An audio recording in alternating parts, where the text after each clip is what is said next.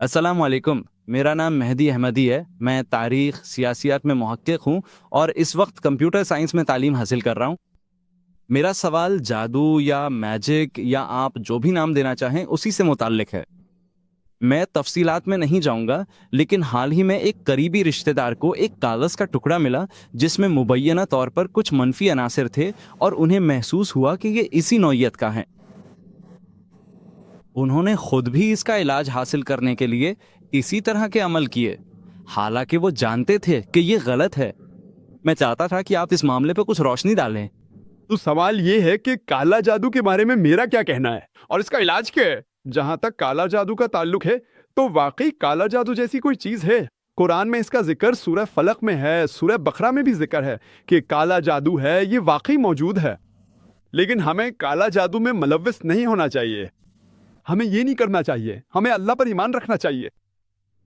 اور جہاں تک علاج کا تعلق ہے، آخری دو صورتیں سب سے زیادہ حاصل شدہ سورہ فلق اور سورہ ناس اسی مقصد کے لیے نازل ہوئیں۔ یہ دونوں صورتیں کالا جادو کا علاج ہیں۔ اب دیکھیں، ایک بات یہ ہے کہ عام طور پر جب بھی لوگ سمجھتے ہیں کہ کسی پر کچھ آ گیا ہے تو سب سے پہلی بات یہ ہے کہ اللہ فرماتا ہے اس شخص سے پوچھو جس کے پاس علم ہے۔ سورہ نحل سورہ نمبر 16 آیت 43، سورہ انبیاء سورہ نمبر 21 آیت نمبر 7۔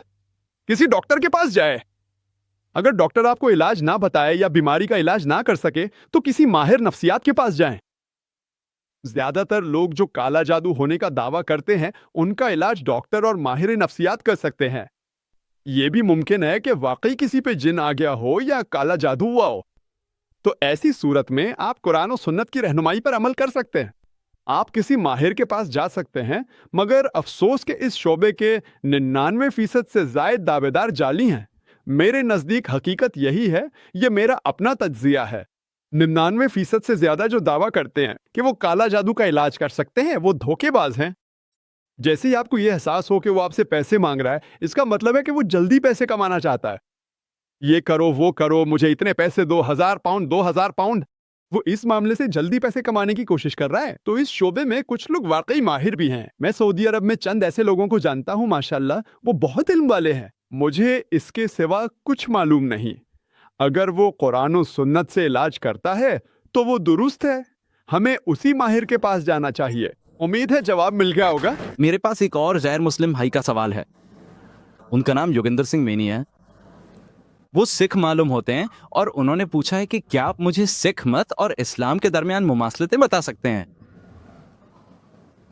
ہمارے سکھ بھائی نے ایک بہت اہم سوال پوچھا ہے کہ سکھ مت اور اسلام کے درمیان کیا مماثلتیں ہیں، اور ایسی بہت سی مماثلتیں ہیں۔ وقت مجھے اجازت نہیں دے گا کہ میں سب پر تفصیل سے بات کروں۔ میں مختصر طور پہ ذکر کروں گا۔ جیسا کہ آپ جانتے ہیں، سکھ مت ایک ایسا مذہب ہے جس کے 10 گرو ہیں، ان لوگوں کے لیے جو نہیں جانتے، اور اس کی بنیاد گرو نانک صاحب نے 15ویں صدی کے آخر میں رکھی تھی۔ یہ پنجاب کی سرزمین میں 5 دریاؤں کی سرزمین میں قائم ہوا تھا، اور گرو نانک وہ مسلمانوں سے بھی بہت زیادہ متاثر تھے۔ وہ ایک کشتریہ خاندان میں پیدا ہوئے تھے، یعنی ایک جنگجو ہندو خاندان میں۔ وہ بہت سے مسلمانوں سے متاثر ہوئے تھے، اور وہ 5 کاف جنہیں سکھ ہمیشہ اپناتے ہیں، ان میں پہلا ہے کیش، یعنی بغیر کٹے ہوئے بال۔ دوسرا ہے کنگھا، یعنی بالوں کو صاف رکھنے کے لیے کنگھی۔ تیسرا ہے کڑا، یعنی کنگن۔ چوتھا ہے کچھا، یعنی لمبا زیر جامہ، اور 5واں ہے کرپان، یعنی خنجر۔ یہ مختصر طور پر ان کی شناخت ہے۔ یہ سکھ کے بارے میں ایک مختصر تعارف تھا۔ تو جیسے ہی ماشاءاللہ آپ کسی شخص کو پگڑی پہنے دیکھتے ہیں، اس کی شناخت ہو جاتی ہے۔ اسی لیے میں ہمیشہ ان لوگوں کی تعریف کرتا ہوں جو بغیر کسی خوف کے اپنی پہچان برقرار رکھتے ہیں، اور وہ سکھ ہے۔ اسی لیے اگر آپ میری بات سنیں کہ اگر لیبل ان کی نیت ظاہر کرتا ہے، تو میں مسلمانوں سے کہتا ہوں کہ ماشاءاللہ سکھ کو اپنے سکھ ہونے پر فخر ہے، اور اس نے کینیڈین حکومت کے ساتھ فوج میں بھی مقابلہ کیا۔ انہوں نے کہا تم یہ موڑ دو، اس نے کہا نہیں، میں نہیں موڑوں گا، اور اس نے مقدمہ لڑا اور وہ جیت گئے۔ جب میں پہلی بار 1996 میں کینیڈا گیا تو یہ خبر سرخیوں میں آئی کہ ایک سکھ نے کینیڈین فوج میں مقدمہ لڑا اور وہ مقدمہ جیت گیا۔ لیکن ہم مسلمان، ہم میں سے بہت سے، کوئی کچھ کہہ دے تو ہم داڑھی منڈوا لیتے ہیں، کیوں؟ اب آتے ہیں سکھ مت اور اسلام کے درمیان مماثلتوں کی طرف۔ سکھوں کی مقدس کتاب گرو گرنتھ ہے، جسے آدی گرنتھ بھی کہا جاتا ہے۔ اور اگر آپ اس آدی گرنتھ کے پہلے باب کو پڑھیں، پہلی جلد، پہلا باب، پہلی آیت، جسے جاپجی کہا جاتا ہے، تو اس میں لکھا ہے کہ اللہ تعالیٰ کو سچا کہا جاتا ہے۔ وہ سچا ہے، نہ پیدا کیا گیا ہے، وہ بے خوف ہے، نہ اس کی کوئی اولاد ہے، اور وہ خوف اور خواہش سے آزاد ہے۔ اگر آپ تجزیہ کریں تو وہ ایک ہے، نہ اس کی کوئی اولاد ہے، وہ خالق ہے۔ یہ ہماری سورہ اخلاص، سورہ نمبر 112، آیت نمبر 1 سے 4 کے مشابہ ہے، جس میں کہا گیا ہے، کہہ دو اللہ ایک ہے، اللہ بے نیاز اور ہمیشہ رہنے والا ہے، نہ اس نے کسی کو جنا اور نہ وہ جنا گیا، اور اس جیسا کوئی نہیں۔ اور سکھ مت اوتار واد پر یقین نہیں رکھتا، یعنی خدا کے اوتار ہونے کا تصور نہیں ہے۔ یہ ایک توحیدی مذہب ہے۔ خدا کو غیر مری حالت میں ایک اومکار کہا جاتا ہے اور مری حالت میں اونکار کہا جاتا ہے، اور گرو گرنتھ میں خدا تعالیٰ کی مختلف صفات بیان کی گئی ہیں۔ ان میں سے ایک یہ ہے کہ اسے کرتار کہا گیا ہے، یعنی خالق۔ عربی میں بھی اسی کو خالق کہا جاتا ہے۔ اسے پروردگار بھی کہا جاتا ہے، یعنی پالنے والا۔ ہماری طرح رب، اسے لارڈ بھی کہا جاتا ہے، یعنی رب۔ اسے کریم بھی کہا جاتا ہے، یعنی مہربان۔ اسے رحیم بھی کہا جاتا ہے، یعنی بخشش کرنے والا۔ اسے واحد گرو بھی کہا جاتا ہے، یعنی ایک خدا۔ تو اگر ہم تجزیہ کریں تو خدا کے تصور اور سکھ مت میں بہت سی مماثلتیں ہیں، لہٰذا سکھ مت بت پرستی پر یقین نہیں رکھتا اور نہ ہی اوتار واد پر یقین رکھتا ہے۔ یہ ایک توحیدی مذہب ہے۔ اور اگر ہم تجزیہ کریں تو گرو نانک پر سنت کبیر کا بھی بہت اثر تھا، اور آپ کو قرآن میں بھی سنت کبیر کے کئی دوہے ملتے ہیں۔ ان میں سے ایک یہ ہے، دکھ میں سمرن سب کرے، سکھ میں کرے نہ کوئے، جو سکھ میں سمرن کرے تو دکھ کہاں ہوئے، جس کا مطلب ہے کہ مصیبت کے وقت سب خدا کو یاد کرتے ہیں، خوشی کے وقت کوئی خدا کو یاد نہیں کرتا۔ اگر آپ خوشی کے وقت خدا کو یاد کریں تو مصیبت آپ کو کیوں چھوئے؟ بالکل اسی طرح جیسے اللہ تعالیٰ سورہ روم سورہ نمبر 33 آیت نمبر 33 میں فرماتے ہیں کہ جب انسان پر مصیبت آتی ہے تو وہ اللہ سبحانہ و تعالیٰ کو پکارتا ہے، لیکن جب مصیبت دور ہو جاتی ہے تو وہ اللہ کے ساتھ شریک ٹھہراتا ہے۔ تو اگر آپ غور کریں تو سکھ مت بھی یہ خدا کا مذہب ہے، یہ توحیدی مذہب ہے، اس میں بت پرستی نہیں ہے۔ کچھ علماء کہتے ہیں کہ یہ ہندو مت اور اسلام کا ملاپ ہے، اور ہم دیکھتے ہیں کہ خدا کے تصور میں یہ اسلام سے کافی مشابہت رکھتا ہے۔ اور مزید تفصیل کے لیے آپ میری ویڈیو دیکھ سکتے ہیں، کیونکہ میں نے بڑے مذاہب میں خدا کے تصور پر زیادہ تفصیل سے بات کی ہے۔ امید ہے اس سے آپ کا سوال حل ہو گیا ہوگا۔ السلام علیکم، کامران قریشی، آپ کا کمپنی ڈائریکٹر۔ بھائی آج آنے کا بہت شکریہ، جزاک اللہ۔ میرا سوال یہ ہے کہ ماشاءاللہ آپ نے ایک مثالی اسلامی اسکول قائم کیا ہے، جیسا کہ میں کسی اسلامی ریاست میں تصور کرتا ہوں، لیکن ماشاءاللہ آپ نے یہ آج کے دور میں قائم کیا ہے۔ میرا سوال یہ ہے کہ بدقسمتی سے کروڑوں مسلمان بچے اتنے خوش قسمت نہیں ہوں گے کہ آپ جیسے اسکولوں میں جا سکیں۔ آپ ہمارے بچوں اور دنیا بھر کے ان مسلمانوں کے لیے کیا تجویز کرتے ہیں؟ اور ساتھ ہی کیا آپ کے تمام تقاریر اور اسکول کی تفصیلات آپ کی ویب سائٹ پر موجود ہیں؟ جزاک اللہ، سبحان اللہ۔ میرا ایک سوال ہے کہ ہر کوئی اسکول میں پڑھنے کی سعادت نہیں پا سکے گا۔ دنیا بھر میں کروڑوں مسلمان وہ اپنے بچوں کے لیے کیا کریں؟ وہ اس طرح کا اسکول کیسے حاصل کر سکتے ہیں؟ اور جہاں تک ہمارے اسکول کی معلومات کا تعلق ہے، جی ہاں، اگر آپ ہماری ویب سائٹ irf.net پر جائیں، اس ویب سائٹ پہ آپ کو اسلامک انٹرنیشنل اسکول کے لیے ایک الگ سیکشن ملے گا۔ آپ وہاں جا کے معلومات حاصل کر سکتے ہیں۔ جہاں تک ایسے ہی اسکولوں کا تعلق ہے، اس کے دو راستے ہیں۔ پہلا راستہ بہت آسان ہے، لوگ آ سکتے ہیں، ہمارا اسکول دیکھ سکتے ہیں، جو بھی تعاون چاہیے ہو ہم فراہم کر سکتے ہیں۔ وہ آ سکتے ہیں اور شہر میں اسی طرح کا اسکول شروع کر سکتے ہیں۔ لیکن کامیابی حاصل کرنا بہت مشکل ہے۔ ہر وہ شخص جو کہتا ہے کہ وہ اسکول شروع کرنا چاہتا ہے، اس کے پاس وہی انتظامی صلاحیتیں نہیں ہو سکتی، اس کے پاس وہی جذبہ نہیں ہو سکتا۔ یہ سب مختلف ہوتے ہیں اور اصل چیز اللہ کی مدد ہے۔ تو اگر اللہ آپ کی مدد کرے، انشاءاللہ یہ ممکن ہے۔ تو ایک بات یہ ہے کہ آپ اسی طرح کا اسکول شروع کر سکتے ہیں جیسا کہ بہت سے لوگوں نے کیا ہے، لیکن اب تک جتنے لوگوں نے شروع کیا ہے، جیسا کہ میں نے آپ کو بتایا، تقریباً 5%، 6% کے قریب وہ ہیں جنہیں میں شمار کروں گا۔ ہمارے پاس فرنچائز بھی ہے، لیکن فرنچائز کی شرائط کافی سخت ہیں۔ ہمیں زمین اور ہر چیز چاہیے، اس کی فنڈنگ مقامی ہونی چاہیے، اسے مقامی طور پر فنڈ ہونا چاہیے۔ ہمارے معیار سخت ہیں، بھارت میں کہیں بھی کم از کم 4 ایکڑ زمین چاہیے۔ اگر یہ شہر کے مضافات میں ہو تو 2 ایکڑ زمین چاہیے، مرکز میں ہو تو ہمیں آدھی تعمیراتی لاگت چاہیے، باقی ہم کریں گے۔ کئی قواعد کے باوجود سینکڑوں آفرز آتی ہیں۔ پہلے سوچا تھا ہر سال اسکول کھولیں گے، مگر شروع کیا تو احساس ہوا کہ اس کا انتظام بہت مشکل ہے۔ ہمیں ممبئی سے چنئی آنا جانا پڑتا تھا۔ ہم اپنے اساتذہ کو تربیت کے لیے بھیجتے ہیں، ہم مشیروں سمیت سب کچھ بھیجتے ہیں۔ ہمیں لگا یہ ممکن ہے مگر مشکل، اس لیے ہر 2-3 سال بعد شروع کرنے کا کہا۔ اگلی بار دبئی میں شروع کریں گے انشاءاللہ۔ دبئی میں بھی آفرز آئی ہیں جہاں لوگوں نے کہا کہ ہم آپ کو زمین دیں گے۔ ایسے لوگ برطانیہ میں بھی ہیں جنہوں نے ہمیں بتایا ہے۔ مانچسٹر میں ایک شخص نے مجھ سے کہا کہ میں آپ کو 5 ایکڑ زمین دے سکتا ہوں۔ ہم نے ابھی تک یہ پیشکش قبول نہیں کی ہے۔ ہم پیشکش کرنے والے شخص اور ہر چیز کی اچھی طرح جانچ پڑتال کرتے ہیں، اور اگر ہمیں لگے کہ یہ قابل عمل ہے تو یہ کوئی تجارتی منصوبہ نہیں ہے۔ پہلا نقطہ یہ ہے کہ جو شخص زمین عطیہ کر رہا ہے ہم اسے کہتے ہیں کہ آپ دے دیں اور بھول جائیں، واپسی کی امید نہ رکھے۔ مغربی ممالک میں ہر کوئی یہی سوچتا ہے کہ اگر میں 1000 پاؤنڈ لگاؤں تو مجھے کتنا ملے گا۔ دیکھیں، میں جہاں بھی جاتا ہوں یہ صرف مغربی ممالک میں ہی ہوتا ہے۔ امریکہ، کینیڈا اور برطانیہ میں جہاں ٹکٹ ہوتے ہیں، اسلامی تقریر کے لیے ٹکٹ کا کوئی تصور نہیں ہے۔ آپ اسلامی تقریر کے لیے ٹکٹ کیسے رکھ سکتے ہیں؟ تو ٹکٹ لینے کا کوئی تصور نہیں ہے۔ لوگ مجھے فون کرتے ہیں، وہ کہتے ہیں ڈاکٹر ذاکر نائک آپ آنے کے کتنے پیسے لیں گے؟ میرا مطلب ہے وہ مجھے افورڈ ہی نہیں کر سکتے، یقین کریں۔ اگر میں اپنی فیس بتاؤں تو وہ مجھے افورڈ نہیں کر سکتے۔ ماشاءاللہ میں یہاں مفت آتا ہوں، زیادہ سے زیادہ آپ میرا ٹکٹ دے سکتے ہیں۔ میرا عملہ سب کچھ آیا ہے، بالکل ماشاءاللہ۔ یہ سب ہم نے خود ادا کیا ہے۔ ٹھیک ہے، سادہ رہائش اگر آپ دے سکے، اگر نہیں دے سکتے تو ہم خود کر لیں گے، میرا وقت اہم ہے۔ تو یہ سوچ الگ ہے، وہ دنیا کے مشرقی حصے میں ہے، یہ مختلف ہے۔ تو جو ہم کرتے ہیں وہ کوئی کاروباری منصوبہ نہیں ہے۔ تو جو بھی دلچسپی رکھتا ہے اگر وہ کچھ دیتا ہے تو اسے بھول جانا چاہیے۔ وہ زمین کے لیے کچھ دیتا ہے، وہ اسکول بناتا ہے، ہم اس کو کنٹرول کرتے ہیں۔ فرنچائز ہونے پر مکمل کنٹرول ہمارا ہوتا ہے۔ بھارت میں بھی کسی نے 16 کروڑ روپے مالیت کی زمین عطیہ کی۔ یہ کتنے کی ہوگی؟ شاید کچھ ملین پاؤنڈز کی زمین ہوگی، لیکن ہم نے اسے بتایا کہ اس بات کی کوئی ضمانت نہیں کہ آپ کے بچے کو داخلہ ملے گا۔ آپ زمین دے سکتے ہیں، آپ اسکول شروع کر سکتے ہیں، لیکن اس بات کی کوئی ضمانت نہیں کہ اگر آپ کا بچہ پاس ہو جائے تو اسے داخلہ ملے گا۔ ایسے کئی واقعات ہوئے ہیں کہ لوگوں نے ہمیں شاید $1 ملین کا عطیہ دیا، میرے بچے کو انکار کر دیا گیا۔ میں بہت سخت ہوں، تو ہماری شرائط بالکل شفاف ہے۔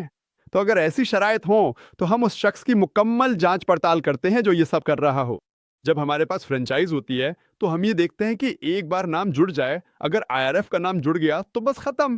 ہم اس بات کو یقینی بناتے ہیں کہ ہم اپنے نام کی لاج رکھیں۔ ایک پالیسی کے طور پہ جب ہم کہیں اور جاتے ہیں تو ہم انہیں بتاتے ہیں کہ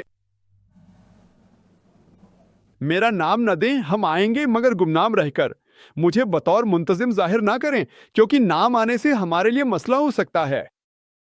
تو جب ہم کسی اور تنظیم کو کسی بھی تقریب کے لیے سپورٹ کرتے ہیں تو ہم بہت زیادہ سپورٹ کرتے ہیں ماشاءاللہ، لیکن ہماری واحد شرط یہ ہے کہ ہم آپ کی مدد کریں گے مگر ہمارا نام نہ لگائیں، کیونکہ ہمیں معلوم ہے کہ ہمارے پاس 100% کنٹرول نہیں ہوتا۔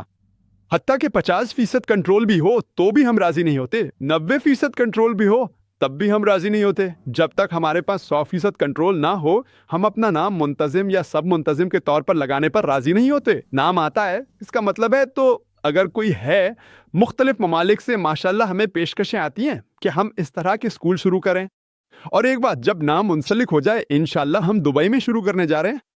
ہم فیسیں برطانوی اور امریکی اسکولوں سے زیادہ رکھیں گے انشاءاللہ، ہم ان سے مقابلہ کریں گے، ہم ان سے زیادہ فیسیں رکھیں گے۔ ایسے لوگ ہیں جو برداشت کر سکتے ہیں جب اللہ نے انہیں دیا ہے، جو لوگ برداشت نہیں کر سکتے ہم انہیں دیں گے۔ 25% لوگوں کو اسکالرشپ ملے گی۔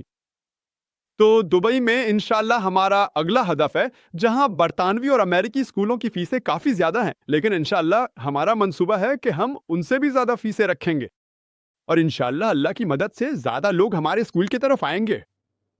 اور سب سے اہم چیز معیار ہے، دوسرے لوگوں کے لیے آپ اپنی استطاعت کے مطابق شروع کر سکتے ہیں، جو کچھ بھی آپ کے پاس ہے۔ مجھے پتا ہے یا حکومت اسکولوں کو فنڈ دیتی ہے، مگر ہم فنڈنگ نہیں لیتے کیونکہ مداخلت بہت ہوتی ہے، ایک پیسہ نہیں لیتے۔ پتہ نہیں آپ لے کر اسکول ہماری طرح چلا سکیں تو کوئی مسئلہ نہیں، یا آپ خود سے شروع کریں، چھوٹے پیمانے پر جس طرح بھی آپ کر سکتے ہیں۔ جو بھی صلاحیت آپ کے پاس ہے بس آغاز کریں اور شروعات کریں. جو کچھ بھی آپ کر سکتے ہیں بس ابتدا کریں انشاءاللہ. اور انشاءاللہ اللہ آپ کی مدد کرے گا اور آپ کامیاب ہوں گے. امید ہے اس سے سوال کا جواب مل گیا ہوگا. السلام علیکم بھائی، میرا سوال ہے اور اس کے بعد ایک چھوٹا سا تبصرہ بھی ہے. کیا برطانوی مسلمانوں کو چاہیے کہ وہ مسلمانوں کے مسائل پر میڈیا سے بات کرنے کے لیے ایک ادارہ قائم کریں؟ اور میں یہ سوال اس لیے پوچھ رہا ہوں کیونکہ اس وقت اس ماحول میں میڈیا ہمارے دین کے بنیادی عقائد پر بات کر رہا ہے، اور وہ مختلف لوگوں کو بلا رہے ہیں جو ہمارے نظریات کی نمائندگی نہیں کرتے کہ ہم مسلمان کیوں ہیں. وہ یہ بات کر رہے ہیں کہ چونکہ ہم مسجدوں میں جاتے ہیں اور اپنے بچوں کو تعلیم دیتے ہیں تو وہ اسے انتہا پسندی سمجھتے ہیں، اور جب وہ اپنے مسلمان بھائیوں اور بہنوں کو ٹیلی ویژن پر آنے کے لیے کہتے ہیں تو یہ مسلمان بھائی کہتے ہیں کہ ہم معتدل مسلمان ہیں. میں معتدل مسلمان نہیں ہوں، میں انتہا پسند بھی نہیں ہوں، میں مسلمان ہوں، اور میں چاہوں گا کہ اسے مسلم کمیونٹی ایک آواز سے دیکھے، نہ کہ بکھری ہوئی آواز جو اس معاشرے کے اصولوں کے مطابق ہو. مسٹر الازہر، سوال یہ ہے کہ کیا مسلمانوں کو انگریزوں کے مسلمانوں کی نمائندگی کے لیے ایک مشترکہ ادارہ ہونا چاہیے؟ ہاں، ان کے پاس برطانوی مسلمانوں کے لیے، امریکی مسلمانوں کے لیے، ہندوستانی مسلمانوں کے لیے، تمام ممالک کے لیے نیز ایک بین الاقوامی مسلم ادارہ بھی ہونا چاہیے. ایک بین الاقوامی جو ہمارے پاس نہیں ہے. تو ہمیں اپنی ایک آواز ہونی چاہیے. بہتر ہے کہ ایک مضبوط متحد قوت ہو، اور میرا خیال ہے کہ آپ کے پاس برطانیہ میں پہلے ہی ایک ادارہ ہے جسے MCB Muslim Council of Britain کہا جاتا ہے، اور میرا خیال ہے کہ یہ اچھا کام کرے گا. میڈیا میں نہیں. معذرت، میں مسلم کونسل آف برٹن سے واقف ہوں، لیکن جیسا کہ آپ جانتے ہیں میڈیا تو ایک چال ہے. وہ مسلم کونسل آف برٹن سے بات نہیں کرتے، وہ مختلف مسلمانوں سے انفرادی طور پر بات کرتے ہیں تاکہ مسلمانوں کی نمائندگی ہو سکے. بہن نے کہا کہ مسلم کاؤنسل آف برٹن ہے مگر میڈیا بات نہیں کرتا. تو آپ اپنا میڈیا بنائیں. میڈیا آپ کے پیچھے بھاگے گا. آپ جانتے میرے لیے بمبئی میں BBC نے مجھ سے تبصرہ کرنے کو کہا. CNN میں نہیں دیتا. میری اپنی وجوہات کے لیے BBC, CNN, ND ٹیلی ویژن دیکھیں. جب کوئی آپ پر پتھر پھینکے تو اپنا ہاتھ اتنا بلند کر لیں کہ پتھر آپ تک نہ پہنچ سکے. وہ کیا چاہتے ہیں؟ ڈاکٹر ذاکر نائک کو تبصرہ کرنا چاہیے، لیکن میں اپنی وجوہات کی بنا پر اس سے دور رہتا ہوں. لیکن آپ کو میڈیا پر آنا چاہیے. میں اس لیے دور رہتا ہوں کیونکہ پہلے ہی الحمدللہ میرے پروگرامز اتنے سارے سیٹلائٹ چینلز پر آ رہے ہیں ماشاءاللہ. ہر روز 1 گھنٹہ 2 گھنٹے، دن میں 2 بار 3 بار. اب مجھے ڈر ہے کہ جب یہ لوگ میرا 5 منٹ کا انٹرویو لیں گے تو وہ اسے مختصر کر دیں گے اور میرا نظریہ بدل سکتا ہے. یہی وجہ ہے کہ میں دور رہ پاؤں. اور میں جو کہنا چاہتا ہوں، ہمارے پاس بہت سارے چینلز دکھائے گئے ہیں، پروگرام ماشاءاللہ، کوئی مسئلہ نہیں. تو کیا ہم نے محسوس کیا کہ ہمارا اپنا میڈیا ہونا چاہیے؟ نہ صرف میڈیا کی نمائندگی کے لیے ایک ادارہ، ہمارا اپنا میڈیا ہونا چاہیے، اور وہ میڈیا طاقتور ہونا چاہیے. تو اسی وجہ سے ماشاءاللہ ہم نے ایک سیٹلائٹ چینل لانچ کیا ہے. اگر آپ دیکھیں یہ پیس ٹیلی ویژن تقریباً 7 ماہ پہلے جنوری 2006 میں 21 جنوری کو ہم نے اپنا سیٹلائٹ چینل پیس ٹیلی ویژن کے نام سے لانچ کیا. پیس ٹیلی ویژن اس وقت ماشاءاللہ یہ دنیا کے 125 سے زائد ممالک تک پہنچ رہا ہے. یہ ایشیا کے تمام ممالک، مشرق وسطیٰ، افریقہ اور آسٹریلیا کے کچھ حصوں میں نشر ہو رہا ہے. یورپ میں اس کی شعاع دیکھی جا سکتی ہے لیکن یہ بہت کمزور ہے. آپ کو ایک بڑی ڈش کی ضرورت ہوگی. انشاءاللہ ہمارا ارادہ ہے کہ ہم B-Sky پہ بھی آئیں. انشاءاللہ اگلے چند مہینوں میں انشاءاللہ ہم B-Sky پر آ جائیں گے. یہ ایک فری ٹو ایئر چینل ہوگا. یہ اپنی نوعیت کا پہلا چینل ہے کیونکہ یہ ایک انگریزی چینل ہے، ایک بین الاقوامی چینل ہے. یہ کوئی مقامی چینل نہیں ہے جو صرف ایک ملک کی بات کرتا ہو. ہمارے پاس مقررین ہیں ماشاءاللہ، امریکہ سے، کینیڈا سے، برطانیہ سے، ملائیشیا سے، سعودی عرب سے، بھارت سے، پاکستان سے. ماشاءاللہ یہ کوئی مقامی چینل نہیں ہے، یہ ایک بین الاقوامی چینل ہے جو تقابلی مذاہب کے بارے میں بات کرتا ہے. ہمارے پاس بچوں کے پروگرام بھی ہیں، ہمارے پاس فیملی کے لیے بھی پروگرام ہے ماشاءاللہ. انٹرویوز، مباحثے، ٹیلی ویژن ٹاکس. اور یہاں یہ بات ہے کہ چینل قرآن و سنت پر ہونا چاہیے. جب میں نے چینل شروع کیا سب سے پہلے میں نے کہا، میں نے اللہ سبحانہ و تعالیٰ سے دعا کی. یہ ایک خواب تھا اور آخرکار ہم نے اسے لانچ کر دیا ماشاءاللہ. اور میں نے کہا کہ براہ کرم مجھے کوئی حرام کام نہ کرنے دینا. اگر مجھے حرام کام پر مجبور کیا جائے تو چینل بند کرنا بہتر ہے بجائے سے غلط طریقے سے چلانے کے. کئی لوگ شروع میں اچھے ہوتے ہیں مگر پھر سمجھوتا کر لیتے ہیں. پہلے تو کوئی خاتون نہیں ہوتی، پھر خاتون نقاب میں آتی ہے، پھر بغیر نقاب کے، پھر بغیر حجاب کے، پھر گلا کھولا اور سب کچھ۔ تو ہم ایسے چینل چاہتے ہیں جو کیوں کریں، پیسے کے پیچھے نہ بھاگیں، اشتہارات نہیں آئیں گے، ہمیں اشتہارات کی کوئی پرواہ نہیں ہے۔ آپ کو پیسے کے پیچھے نہیں بھاگنا چاہیے، پیسہ آپ کے پیچھے آنا چاہیے۔ آپ معیار دیں، آپ کو اللہ پہ یقین ہونا چاہیے۔ آپ اللہ کی مدد چاہتے ہیں یا پیسہ، پاؤنڈ، ڈالر چاہتے ہیں؟ آپ کیا چاہتے ہیں؟ اللہ کافی ہے۔ مسئلہ یہ ہے کہ ہمیں اللہ سبحانہ و تعالیٰ سے زیادہ یقین دوسری چیزوں پر ہے۔ ہمارے چینل میں ماشاءاللہ بنیادی طور پر ہمارے پاس ساؤنڈ ایفیکٹس ہیں، ماشاءاللہ حلال ساؤنڈ ایفیکٹس ہیں، ہمارے پاس دف ہے، ہمارے پاس قدرتی ساؤنڈ ایفیکٹس ہیں، اور اگر آپ دیکھیں تو اس کا بہت اچھا اثر ہے ماشاءاللہ۔ ہمارے پاس گرافکس ہیں لیکن حلال، ہمارا اپنا کمیٹی ہے اور ہم اعلیٰ معیار کی پروڈکشن کرتے ہیں۔ آپ یہ کیمرے دیکھ رہے ہیں، ہمارے پاس بمبئی سے 6 کیمرے آئے ہیں۔ عام طور پر بمبئی میں جب آپ 9 کیمروں سے شوٹ کرتے ہیں، ہمارے پاس 50 سٹاف ہوتے ہیں، یہاں ہمارے پاس صرف 12 سٹاف ہیں۔ اصل میں کیمرہ کریو کے 10 لوگ ہیں، آپ کی حد بندی ہے۔ ہمارے پاس بہترین لوگ ہیں ماشاءاللہ، بہترین ساز و سامان ہے الحمدللہ۔ اب یہ ڈیجیٹل بیٹا کیم ہے، ہمارے پاس ہائی ڈیفینیشن ہے۔ ہائی ڈیفینیشن ابھی شروع نہیں ہوئی، دنیا میں کوئی چینل نہیں ہے جو اس وقت ہائی ڈیفینیشن پہ شوٹ کر رہا ہو، تو ہم مسلم چینل سے مقابلہ نہیں کرتے، ہم بین الاقوامی غیر مسلم چینل سے مقابلہ کرتے ہیں۔ اور اب تک مذہبی چینلز میں سب سے بہترین گاڈ ٹیلی ویژن ہے، وہ 15 سیٹلائٹس پر ہیں، وہ 225 سے زائد ممالک میں 275 ملین لوگوں تک پہنچ رہے ہیں، اور ہم اس طرح پروگرامنگ کر رہے ہیں کہ یہ ایک روحانی ایجوٹینمنٹ چینل ہے۔ انشاءاللہ اگلا منصوبہ یہ ہے کہ مختلف زبانوں میں الگ چینل ہو، انگریزی اور اردو میں، پھر انشاءاللہ نیوز چینل بھی ہو، لیکن یہ مقامی نہیں بلکہ بین الاقوامی خبریں ہوں گی، بمبئی یا لندن کی نہیں بلکہ عالمی سطح کی، تاکہ ہم اپنی آواز اٹھا سکیں۔ ہمارے پاس کتنے عالمی میڈیا ہیں؟ کیا ہمارے پاس کوئی بین الاقوامی اخبار ہے؟ کیا ہمارے پاس ٹائم یا نیوز ویک جیسا کوئی بین الاقوامی نیوز میگزین ہے؟ ہمارے پاس صرف مسلمانوں کے نکالے ہوئے میگزین ہیں جو اردو، عربی یا انگریزی میں ہوں، انہیں صرف مسلمان ہی پڑھتے ہیں۔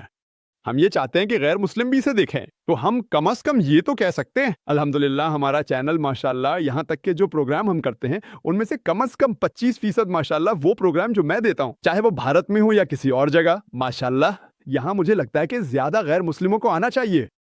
کیوں؟ مجھے اتنے زیادہ نہیں معلوم کس کو الزام دیا جائے کہ تشہیر غیر مسلموں کی طرف ہونی چاہیے۔ ماشاءاللہ ہمیں چاہیے کہ ہمارا اپنا میڈیا، اخبارات اور سیٹلائٹ چینلز ہوں جو اسلام کی صحیح تصویر دنیا تک پہنچائیں تاکہ ہم اپنا موقف پیش کر سکیں۔ امید ہے آپ کا سوال حل ہو گیا ہوگا۔ جی خوش آمدید دوستو، امید کرتا ہوں ویڈیو آپ نے پوری دیکھی ہوگی اور آپ کو پسند بھی آئی ہوگی۔ جادو کرنا، میجک، بلیک میجک جس کو بولتے ہیں، جادو جس کو بولتے ہیں، کیا واقعی میں ایسی کوئی چیزیں یا ایسی ترکیبیں وغیرہ جو ہے نا، کیا وہ موجود ہے؟ کیا واقعی میں لوگ جو ہے نا وہ جادو کر سکتے ہیں؟ تو اس کا جواب یہ ہے کہ بالکل جادو لوگ کر سکتے ہیں، اور بہت سارے لوگ ایسے بھی ہیں اس دنیا میں جو کہ ہمیشہ سے بلیک میجک کرتے آ رہے ہیں۔ یہ بلیک میجک لوگ مختلف طریقوں سے کرتے ہیں، نعوذ باللہ، اس میں لوگ جو ہے نا بہت ہی زیادہ گستاخیاں کرتے ہیں، اور پھر جب یہ جادو وغیرہ کرتے ہیں اس کے لیے رات کو دیر تک اندھیرے میں یہ لوگ شیاطین کے ذریعے سے اور اسی طرح جنات کے ذریعے سے یہ لوگ غلط حرکات کرتے ہیں۔ اس لیے بلیک میجک یا میجک یہ بالکل ہی جو ہے نا وہ کیا ہے، حرام ہے، اور یہ اس لیے حرام ہے، اس میں بندہ ایمان سے بھی جو ہے نا وہ کر گزر جاتا ہے۔ تو بھائیو دوستو، بلیک میجک بالکل بھی جائز نہیں، اور اس کی اسلام میں سرے سے بالکل اجازت بھی نہیں ہے۔ اب آپ کہیں گے کہ اگر جادو ہے تو اس کا علاج بھی ہوگا۔ واقعی اس کا جو علاج ہے وہ قرآن مجید میں ہے۔ قرآن مجید میں اللہ تعالیٰ فرماتے ہیں قُلْ أَعُوذُ بِرَبِّ الْفَلَقِ۔ قرآن مجید کی جو آخری 2 صورتیں ہیں ان کو معوذتین بھی کہتے ہیں۔ یہ دونوں صورتیں جو ہے نا یہ جادو کے خلاف بہت ہی کارمودہ ہے۔ اللہ تعالیٰ کے پیارے نبی حضرت محمد صلی اللہ علیہ وسلم خاتم النبیین، جن کے بعد کوئی نبی نہیں، ان کے نبی یعنی رسول اللہ صلی اللہ علیہ وسلم، اس کو اللہ تعالیٰ نے کیا کیا؟ اللہ تعالیٰ نے آخری نبی بنا کر بھیجا، اور وہ آخری نبی بن کر اس دنیا میں آئے تو ان پر ایک دو یہودی عورتوں نے جادو کیا. انہوں نے جادو اس طرح کیا کہ رسول اللہ صلی اللہ علیہ وسلم کے جو بال مبارک تھے وہ لیے اور اس کو کنگھی میں ڈال کر چپکے سے کنگھی میں ڈال کر اس کو ایک ویران کنویں میں پھینک دیا گیا. نعوذ باللہ. اب رسول اللہ صلی اللہ علیہ وسلم کئی بار ایسا کام کرتے، یعنی صحابہ کو کہتے کہ میں نے یہ کام کیا، صحابہ کہتے کہ آپ نے نہیں کیا، یا ایک کام نہیں کیا ہوتا اور وہ کہتے کہ ہم نے کیا. تو ایسی باتیں یعنی وہ سامنے آ جاتی. تو پھر جب رسول اللہ صلی اللہ علیہ وسلم پر جادو ہوا اور ان پر جادو کرنے والی جو ہے نا وہ یہود کی عورتیں تھیں، پھر اس کا علاج جو ہے نا وہ اللہ تعالیٰ نے قرآن مجید میں جو آخری 2 صورتیں ہیں اس کی شکل میں بھیجا. تو میرے بھی آپ تمام بھائیوں سے یہی ریکویسٹ ہے کہ اگر آپ بھی کسی جادو وغیرہ سے ڈرتے ہیں یا آپ کو ڈر ہے کہ کہیں نظر بد نہ لگ جائے، تو ہمیشہ صبح و شام یہ آخری 2 صورتیں اپنے آپ پر، اپنے اولاد پر، اپنے گھر والوں پر یہ آپ جو ہے نا اس کو پڑھ کر ان پہ دم کر لیا کرے. تو قرآن جو ہے نا واقعی ایک بابرکت کتاب ہے، اس سے جادو وغیرہ یہ ختم ہو سکیں گے. رسول اللہ صلی اللہ علیہ وسلم نے جب یہ دونوں صورتیں پڑھی، اس کی ٹوٹل آیتیں 10 ہے اور ہر ایک آیت کے ساتھ بالوں کا جو ایک گرہ تھا وہ کھولتے تھے. اسی طرح وہ جادو کے اثر رسول اللہ صلی اللہ علیہ وسلم سے ختم ہوا. تو جادو لوگ کرتے ہیں، نکمے لوگ ہمیشہ موجود رہتے ہیں. اللہ تعالی ہم سب کو اس جادو کے شر سے بچائے. امید کرتا ہوں ویڈیو آپ کو پسند آئی ہوگی. اگر ویڈیو آپ کو پسند آئے اس چینل کو سبسکرائب کریں. بہت شکریہ.